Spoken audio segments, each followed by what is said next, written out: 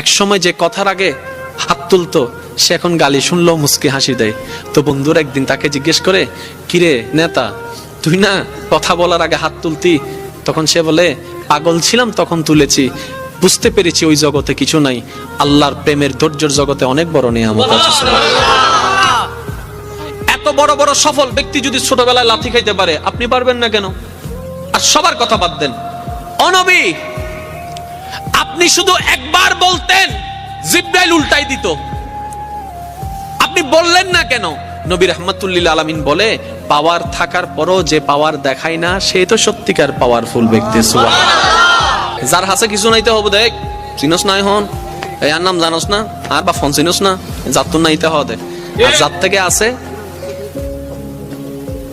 যার থেকে পাওয়ার আছে সে কি চুপ। যার থেকে সত্যিকার ক্ষমতা থাকে সে কখনো কথা বলে